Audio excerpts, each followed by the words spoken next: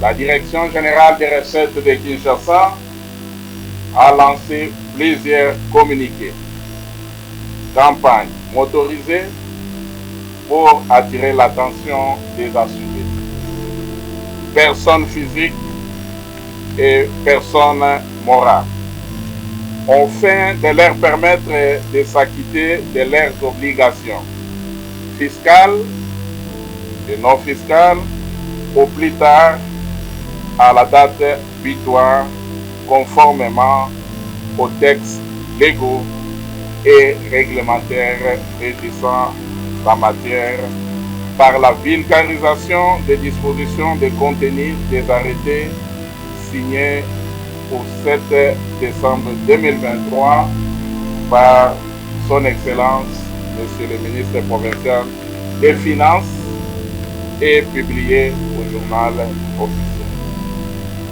À cet effet, elle invite tous les contribuables, personnes physiques et morales, assujettis à ces impôts et taxes, de se mettre en ordre vis-à-vis du Trésor urbain. À ce jour, 3 impôts ont été cédés aux provinces. Il s'agit de 2 impôts réels et d'1 impôt sur les revenus, à savoir l'impôt sur la superficie des propriétés foncières bâties et non bâties, appelé aussi impôt foncier. L'impôt sur les véhicules et la taxe spéciale de la circulation routière, appelée vignette, tout IV ainsi. L'impôt sur les revenus locatifs, IRE. En plus de ces 3 impôts, les provinces sont également appelées à percevoir des taxes, redevances et autres droits dus au trésor urbain. Nous citerons en passant certaines taxes en l'occurrence. La taxe pour autorisation des manifestations, la taxe de consommation des biens de production locale, notamment la bière, l'alcool, spiritueux, limonade, tabac, ciment, farine de froment, sucre et j'en passe. La patente, la taxe de pollution sur les établissements classés des catégories 1, B et 2. Il y a au total 263 actes générateurs répartis en droits et taxes et redevances dus à la province de Kinshasa que nous ne pouvons pas en détail. Partant des dispositions légales et réglementaires. Il est ici question de l'arrêté fixant les taux de l'impôt sur les revenus locatifs, de l'arrêté portant modalité de perception de l'impôt sur les revenus locatifs provenant des indemnités de logement des rémunérés de la ville de Kinshasa, de l'arrêté fixant les taux de l'impôt sur la superficie des propriétés foncières bâties et non bâties de la ville de Kinshasa. Et enfin, de l'arrêté instituant les quitus fiscales pour la prestation et ceux qui bénéficient des services dans la ville de Kinshasa, prestataires et bénéficiaires. Ainsi, la grande échéance 2024, conformément aux dispositions de l'arrêté portant prorogation du délai de souscription des déclarations de l'impôt foncier et de l'impôt sur les revenus locatifs exercice 2024, la date victoire est fixée au plus tard le 31 mars 2024. À la veille de cette échéance, la Direction générale des recettes de Kinshasa invite tous les contribuables, personnes physiques et morales assujetties à l'impôt foncier et à l'impôt sur les revenus locatifs à s'acquitter de leurs obligations fiscales au plus tard ce 31 mars 2024. Dépasser ces délais, les pénalités vous seront appliquées conformément aux dispositions légales et réglementaires à la matière. De ces pénalités, nous pouvons citer des pénalités d'assiette qui équivaut à 25% du montant dû, et c'est lorsque vous régularisez votre situation avant l'expiration du délai de 5 jours de la lettre de relance. Les pénalités de recouvrement, 2% par mois de retard.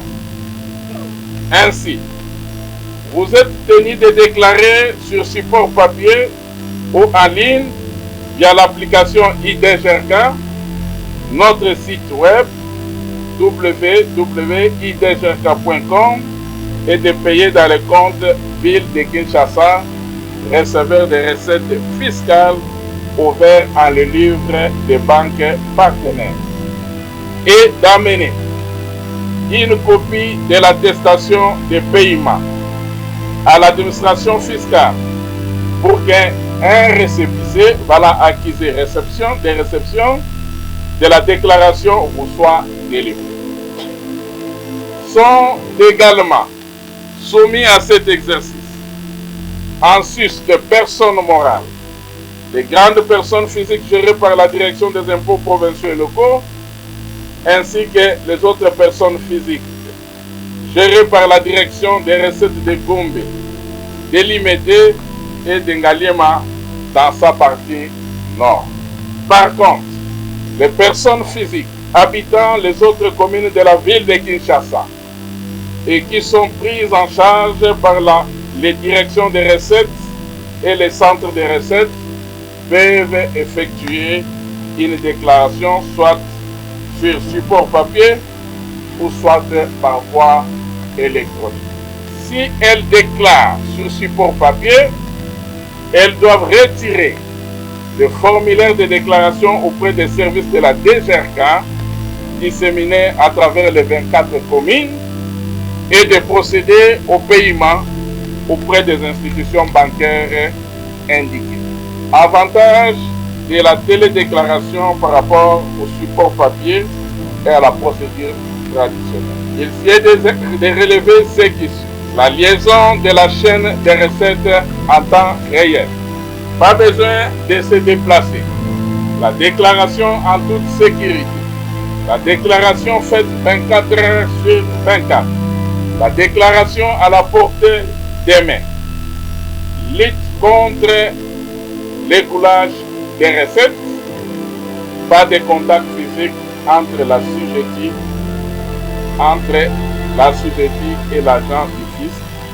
En ce qui concerne les droits et taxes dus au trésor urbain, la grande échéance du 31 mars 2024 concerne les assujettis aux actes générateurs de recettes non fiscales, dont notamment la taxe de pollution sur les installations classées des catégories 1B et 2, la taxe rémunératoire annuelle sur les installations classées des catégories 1 et 2, les droits de délivrance des certificats d'homologation pour les restaurants, la taxe sur autorisation de transport des biens et des passagers, la taxe sur autorisation d'aménagement des parkings, la taxe d'homologation auto-école et garage, la taxe d'enregistrement annuel des établissements de loisirs, les frais de certificat médical de bonne santé